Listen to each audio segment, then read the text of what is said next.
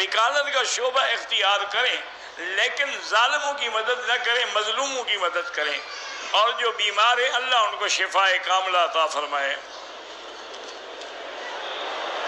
بہنوئی میرا ناراض تھا کسی بات پر تو اصلاح عمرہ کرے، نہیں عمرہ تو ہو جائے گا، لیکن اس کو بھی چاہیے کہ بلا وجہ کسی سے ناراضگی نہ رکھے، معاف کر دیں۔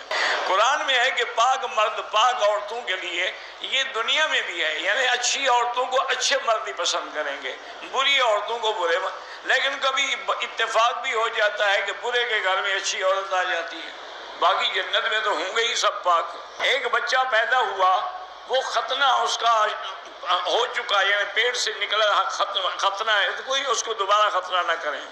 اگر ایک عورت کے بال جو ہیں بیماری کی وجہ سے سر کے بھی اتر گئے، سر پہ بال نہیں ہے، تو چوتھے حصے میں تھوڑا سا وہ استرا وغیرہ چلا دے، جب بال نہیں ہے تو کوئی درد تو نہیں ہے۔ آپ کو قضا نمازوں کا عدد یاد نہیں ہے، لیکن توبہ کریں اور پھر پڑھتے رہیں۔ عورتوں کو قبرستان میں جانا منع ہے۔ پاکستان میں عام طور پر ٹینکر پانی کی سپلائی جاتے ہیں تو ٹھیک ہے، وہ سپلائی کرتے ہیں تو پانی بیچتے ہیں، اگر حکومت کی طرف سے ہیں تو پھر ان کو بیچنا حرام ہے۔ اگر بچہ پیدا ہو ابھی نہ اس کو غسل نہیں دیا، اس کان میں اذان دے سکتے ہیں۔ اگر کسی لڑکی کے والدین اس کی رضا کے بغیر اس کا نکاح کر دیں تو بہرحال اس کو انکار کرنے کا حق ہے۔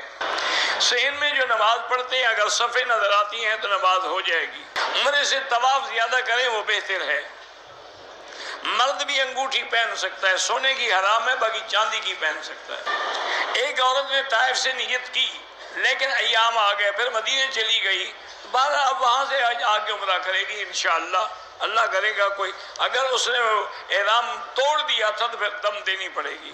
اگر کوئی چیز صفا مروہ دوڑتے ہوئے کھاتا رہے کوئی حرج نہیں۔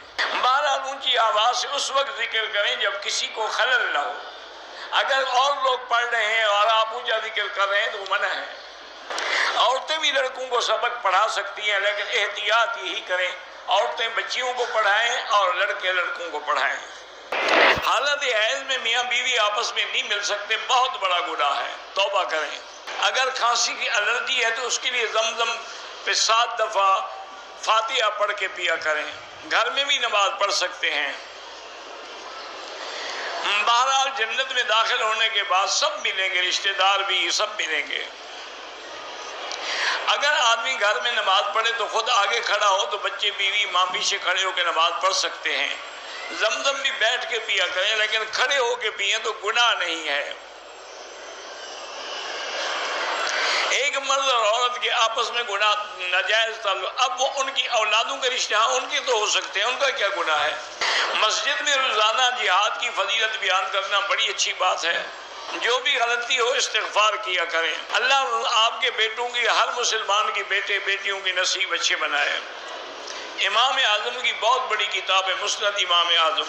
علماء حقہ کے بارے میں دل میں بدظنی رکھنا جو ہے یہ بڑا خطرناک مسئلہ ہے، کیونکہ بعض علماء نے لکھا ہے کہ جو علماء اور اولیاء سے بغض رکھتے ہیں تو ان کے خاتمہ خراب ہونے کا اندیشہ ہوتا ہے۔ بہرحال شریعت میں تو کسی ذات پات کی پابندی نہیں ہے، جس سے چاہو شادی کرو۔